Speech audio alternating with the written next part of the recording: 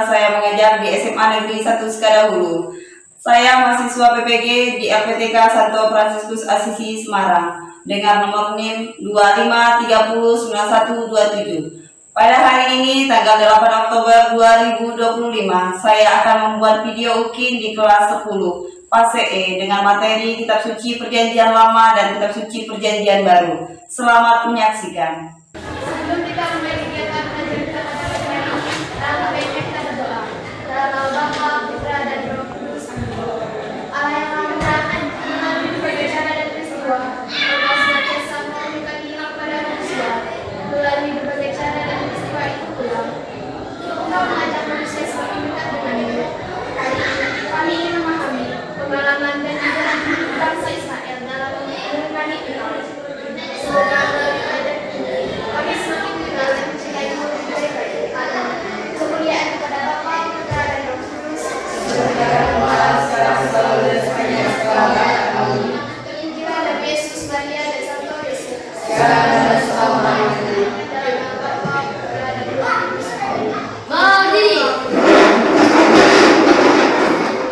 ucapkan selamat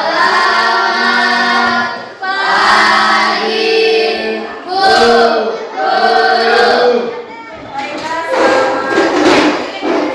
Selamat pagi. Hari ini siapa yang tidak bersekolah? Hadir semua. Jadi karena semuanya hari ini hadir semua. Jadi sebelum Ibu menjelaskan tema pelajaran kita hari ini, Ibu mau mengajak anak untuk menyanyikan lagu Indonesia.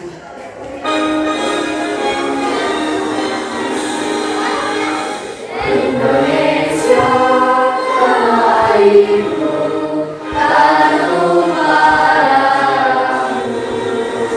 Di sanalah aku berdiri dan penuh ilmu.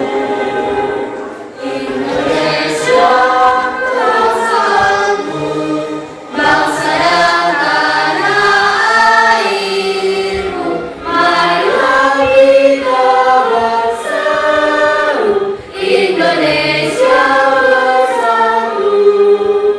Hiduplah tanahku, hiduplah negeriku, bangsaku, rakyatku semuanya. Bangunlah jiwanya, bangunlah badannya untuk Indonesia Raya. Indonesia Raya, merdeka, merdeka, tanahku, negeriku yang kucinta. Indonesia Raya, merdeka, merdeka, hiduplah Indonesia Raya. Indonesia Raya, merdeka, merdeka, tanahku, negeriku yang kucinta. Indonesia Raya, merdeka, merdeka, hiduplah Indonesia Raya. Topik pembelajaran kita hari ini adalah tentang Kitab Suci Perjanjian Lama dan Kitab Suci Perjanjian Baru. Tujuan pembelajaran kita pada pagi hari ini berkaitan dengan Kitab Suci Perjanjian Lama dan Perjanjian Baru. Di sini diharapkan peserta didik mampu memahami Kitab Suci sebagai sabda Tuhan dan sumber utama untuk mengenal Yesus, dan sehingga semakin mencintai Kitab Suci dengan tekun membaca dan merenungkan serta menghidupkan dalam hidup sehari-hari serta beriman kepada Allah melalui Kitab Suci. Pencapaian tujuan pembelajaran. Pencapaian tujuan pembelajaran itu ada dua. Yang pertama itu peserta didik mampu atau dapat memahami Kitab Suci Perjanjian Lama maupun Perjanjian Baru melalui kegiatan diskusi kelompok dan tanya jawab dengan baik.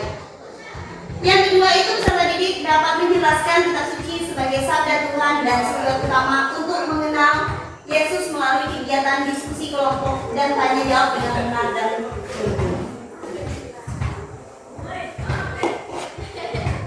Apa nama Kitab Suci Agama Katolik? Apa nama Kitab Suci Agama Katolik? Alkitab. Ada lagi?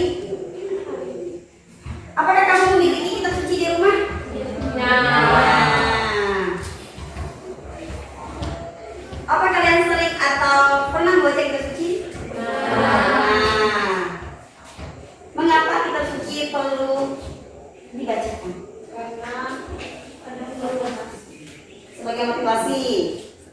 Ibu minta salah satu siswa Kornel untuk membaca kitab suci, buka kitab 2 Timotius bab 3 ayat 10 sampai dengan 17. Tetapi engkau telah mengikuti ajaranku, cara hidupku, pendirianku, imanku, kesabaranku, kasihku, dan ketekunanku. Engkau telah ikut menderita penganiayaan dan kesengsaraan, seperti yang telah kuderita di Antioquia dan Iconium dan di Listra. Semua penganiayaan itu kuderita, dan Tuhan telah melepaskan aku daripadanya. Memang setiap orang yang mau hidup beribadah di dalam Kristus Yesus akan menderita aniaya. Sedangkan orang jahat dan penipu akan bertambah jahat. Mereka menyesatkan dan disesatkan. Tetapi hendaklah engkau tetap berpegang pada kebenaran yang telah engkau terima dan engkau yakini, dengan selalu mengingat orang yang telah mengajarkan kepadamu. Ingatlah Tuhan, bahwa dari kecil engkau sudah mengenal kitab suci, yang dapat memberikan hikmat kepadamu dan menuntut engkau kepada keselamatan oleh iman kepada Yesus Kristus. Segala tulisan yang diilhamkan Allah memang bermanfaat untuk mengajar, untuk menyatakan kesalahan, untuk memperbaiki kelakuan, dan untuk mendidik orang dalam kebenaran. Dengan demikian, tiap-tiap manusia kepunyaan Allah diperlengkapi untuk setiap perbuatan baik. Alasannya mengapa kitab suci itu harus dibaca setiap hari. Jadi alasannya itu segala tulisan yang diilhamkan Allah memang bermanfaat untuk mengajar, untuk menyatakan kesalahan, untuk memperbaiki kelakuan, dan mendidik orang dalam kebenaran. Dan kitab suci juga Santo Herminus mengatakan bahwa karena tidak mengenal kitab suci berarti kita tidak mengenal Tuhan. Jadi ungkapan ini mau mengatakan bahwa sarana untuk mendapatkan atau mengenal Yesus Kristus itu adalah lewat kitab suci. Jadi saya akan memberikan video tentang apa itu kitab suci Perjanjian Lama dan apa itu kitab suci Perjanjian Baru. Jadi Shalom, Tuhan sertamu. Apa kabar hari ini anak-anak yang dikasihi oleh Tuhan, sahabat seperjalanan Yesus yang sejati? Senang bisa menyapa kalian, senang bisa bertemu kalian, dan berharap kalian selalu diberikan kesehatan serta kekuatan oleh Tuhan kita, Yesus Kristus. Bagaimana anak-anak yang terkasih? Apakah kamu sudah membaca kitab suci? Besar harapan kamu sudah mulai membaca kitab suci, walaupun hanya satu ayat, walaupun hanya dua, atau walaupun hanya satu kisah yang ada di dalam kitab suci. Anak-anak yang terkasih, pada kali ini kita akan membahas khusus tentang kitab suci. Jadi kita harus mengenal buku yang kita baca, dan kita bisa membedakan bahwa buku yang kita baca adalah sebuah buku suci, kitab yang suci yang berbeda dengan buku-buku yang lainnya. Mengapa anak-anak? Karena kita percaya bahwa kitab suci yang kita baca berisi tentang firman Tuhan sendiri yang diberikan kepada orang-orang yang menulis kitab suci itu sendiri. Jadi anak-anak, kali ini kita akan melihat bagian-bagian yang ada di dalam kitab suci dan mengapa disebut demikian. Yang pertama akan kita lihat adalah berapa bagiankah kitab suci itu dibagi. Anak-anak, kitab suci dibagi ke dalam dua bagian besar, yaitu Perjanjian Lama dan Perjanjian Baru. Ayo anak-anak, siapa yang sini yang tahu mengapa disebut perjanjian? Nah, anak-anak, kamu pernah nggak berjanji dengan temanmu, dengan saudaramu, kakak atau adik, atau bahkan dengan orang tuamu? Kurang lebih hal yang sama juga terjadi antara Allah dan manusia. Jadi anak-anak, di dalam kitab suci selalu berisi tentang perjanjian antara Allah dan manusia. Bisa juga kamu sebut sebagai kesepakatan antara Allah dan manusia. Nah, mengapa disebut perjanjian lama? Disebut perjanjian lama karena di dalam kitab suci atau kisah-kisah yang diceritakan di dalam kitab suci perjanjian lama berisi tentang kesepakatan atau perjanjian antara Allah dan bangsa Israel atau bangsa Yahudi. Begitupun sebaliknya berisi tentang perjanjian antara bangsa Israel atau bangsa Yahudi dan Allah. Anak-anak yang dikasihi oleh Tuhan, ketika bangsa Israel membuat perjanjian dengan Tuhan, mereka selalu membuat kurban persembahan atau bakaran. Ingat nggak kisah tentang Kain dan Habel, atau kisah tentang Abraham yang mempersembahkan anaknya Ishak?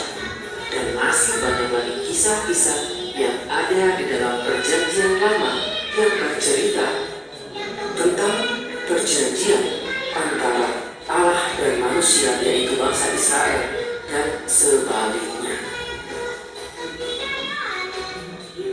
Nah, anak-anak, di dalam gereja Katolik ada 46 kitab yang terdapat di dalam perjanjian lama yang terbagi 4 bagian besar. Yang pertama adalah 5 kitab Pentateuk, yang kedua adalah 16 kitab sejarah, yang ketiga adalah 7 kitab puitis dan hikmat, dan yang keempat adalah 18 kitab para nabi. Jadi keseluruhannya terdapat 46 kitab. Nah, anak-anak, bagaimana dengan kitab suci perjanjian baru? Anak-anak, jika di dalam kitab suci perjanjian lama berisi perjanjian antara Allah dan bangsa Israel, maka di dalam perjanjian baru mengisahkan ikatan perjanjian antara Allah dan manusia, tetapi Allah dan manusia yang meliputi semua atau segala bangsa. Dan jika di dalam perjanjian lama orang Israel selalu membuat kurban bakaran sebagai persembahan kepada Allah sebagai tanda perjanjian, maka di dalam perjanjian baru yang menjadi kurban itu adalah Tuhan Yesus Kristus sendiri. Anak-anak, di dalam perjanjian baru Tuhan Yesus menjadi tokoh utama dalam kisah atau cerita, sehingga kamu bisa melihat di dalam kitab sucimu perjanjian baru selalu diawali dengan 4 Injil yang menceritakan tentang kisah hidup Yesus. Tetapi anak-anak, Yesus sendiri tidak pernah menulis kitab suci. Berapa jumlah kitab yang ada di dalam kitab suci perjanjian baru? Anak-anak, jika perjanjian lama berjumlah 46 kitab, maka di dalam perjanjian baru berjumlah 27 kitab. 27 kitab ini terdiri dari 4 Injil, kisah para rasul, surat-surat, dan kitab Wahyu. Nah, anak-anak, di dalam perjanjian baru tadi seperti yang sudah disebutkan, kitab yang khusus menulis tentang kisah hidup Yesus hanya ada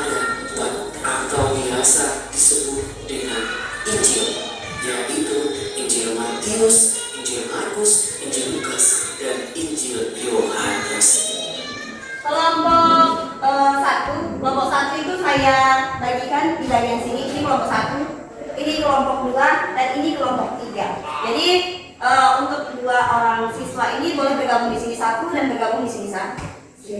Jadi silahkan bergabung dulu, masuk ke dalam kelompoknya masing-masing. Silakan kelompok mendiskusikan 5 pertanyaan ini.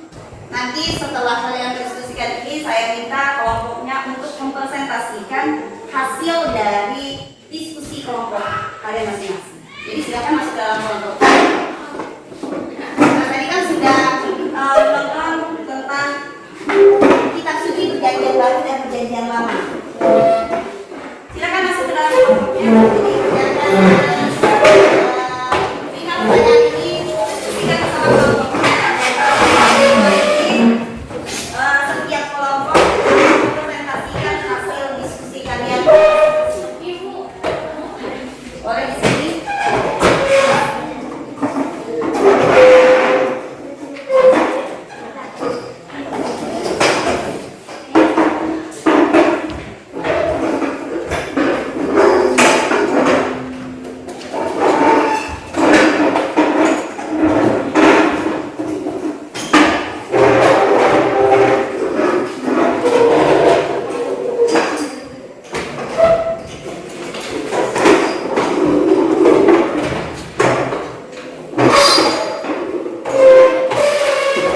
Yang akan kalian diskusikan itu adalah kitab suci perjanjian lama dan perjanjian baru bercerita tentang apa? Sesuai dengan apa yang kita tonton tadi.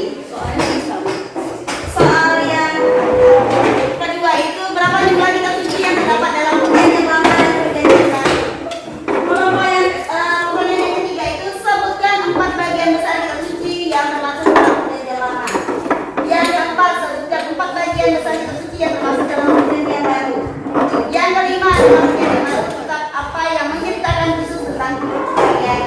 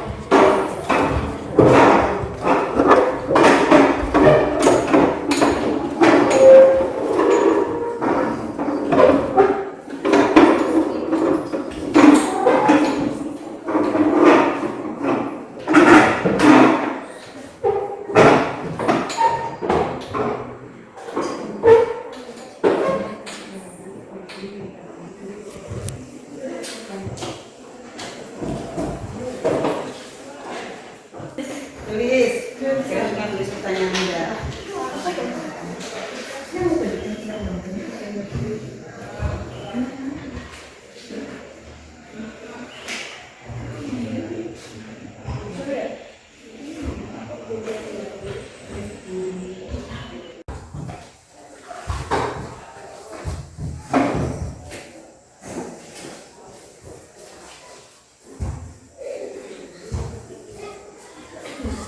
Selamat pagi teman-teman. Selamat pagi. Baiklah, kami di sini akan mempresentasikan hasil dari diskusi kami. Perkenalkan, nama saya Renata Kalista. Saya Tresianita. Saya Yohanes Moreno. Baiklah, kami akan mempresentasikan hasil dari diskusi kami. Pertanyaan pertama, kitab suci perjanjian lama dan perjanjian baru bercerita tentang apa? Jawabannya adalah perjanjian lama bercerita tentang perjanjian Allah dengan bangsa Israel, sedangkan perjanjian baru bercerita tentang perjanjian Allah dengan seluruh umat manusia melalui Yesus Kristus Sang Juru Selamat. Pertanyaan kedua, berapa jumlah kitab yang terdapat dalam perjanjian lama dan perjanjian baru? Sebutkan 73 kitab perjanjian lama, 46 kitab perjanjian baru, 27. Disebutkan 4 bagian besar kitab yang termasuk dalam perjanjian lama. Taurat, Musa, kitab sejarah, kitab kebijaksanaan, Hukimat, Puitis, dan kitab para nabi. Pertanyaan keempat adalah, sebutkan 4 bagian besar kitab yang termasuk dalam perjanjian baru. Injil Kisah Para Rasul, Surat dan Wahyu. Pertanyaan yang kelima. Dalam perjanjian baru, kitab apa yang mencerminkan secara khusus tentang hidup dan karya Yesus? Kitab Injil, yaitu Matius, Markus, Lukas, dan Yohanes. Sekian presentasi dari kami. Terima kasih. Anak-anak untuk melakukan permainan. Permainan itu adalah untuk tes konsentrasi kita. Nanti permainannya seperti ini. Jadi kalau ibu bilang maju, berarti kalian harus mundur. Tempatnya mundur. Jadi nanti cari tempat yang agak lumayan luas ya, biar enak bermain. Kalau ibu bilangnya mundur, berarti kamu maju. Kalau ibu bilang ke kanan, berarti harus ke kiri. Kalau ibu bilang ke kiri, berarti harus ke kanan. Baik, silahkan berdiri dulu. Cari tempat yang paling nyaman. Ke sini juga boleh. Nah, yang penting bisa.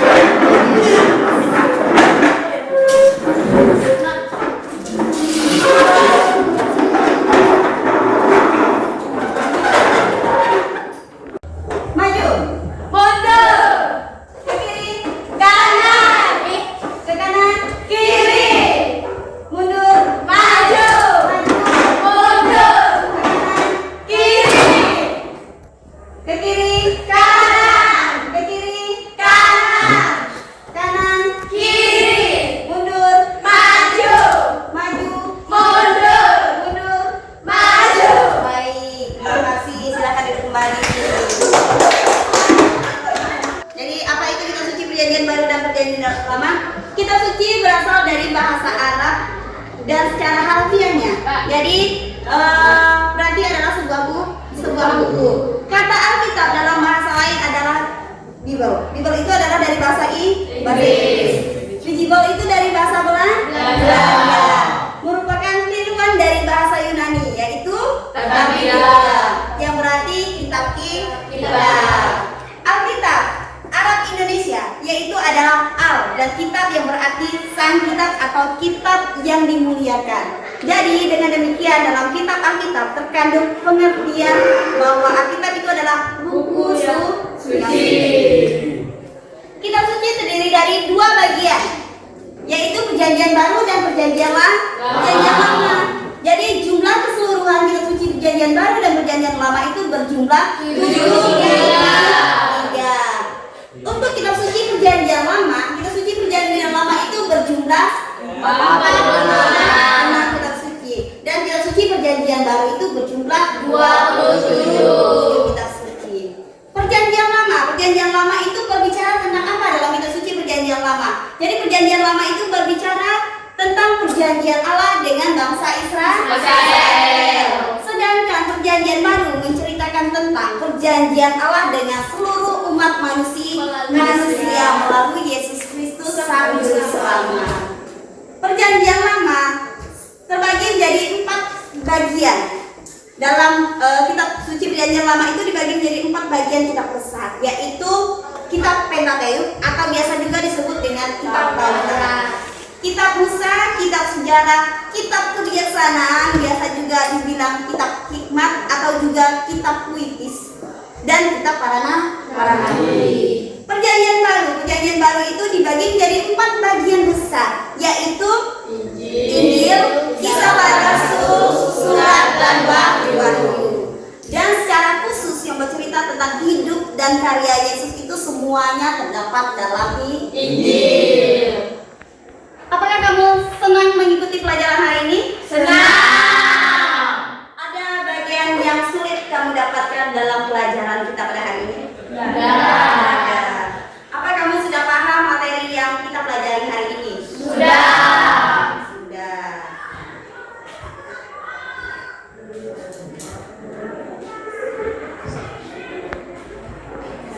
Jadi Ibu akan memberikan tugas untuk anak-anak semuanya. Tugasnya ada 5, silakan dikerjakan.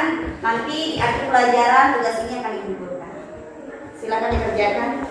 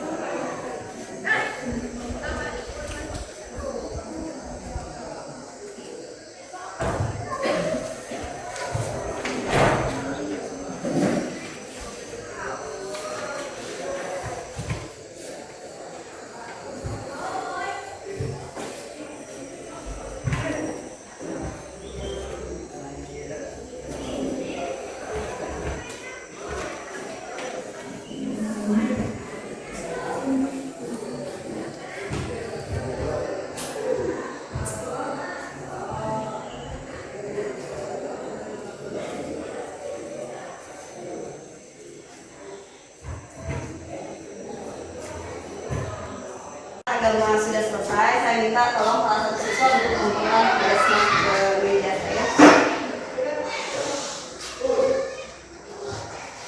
Baik, terima kasih.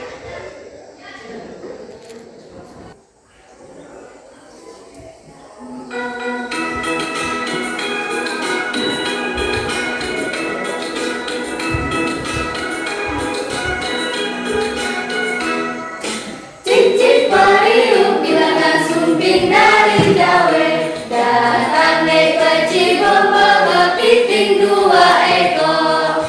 Cicit pariuk bilangan sumping dari Jawa, datang naik ke Cibombo kepiting 2 ekor. Cacabut dalam bilangan bica hidung gigi rongga, sampai ketawa dolo di pancung raja enggar. Cicit pariuk bilangan sumping dari Jawa, datang naik ke Cibombo kepiting 2 ekor. Cicit pariuk bilangan sumping dari Jawa, datang naik ke Cibombo kepiting 2 ekor. Cacabut dalam bilangan bica hidung gigi rongga, sampai ketawa dolo di pancung raja tunggal.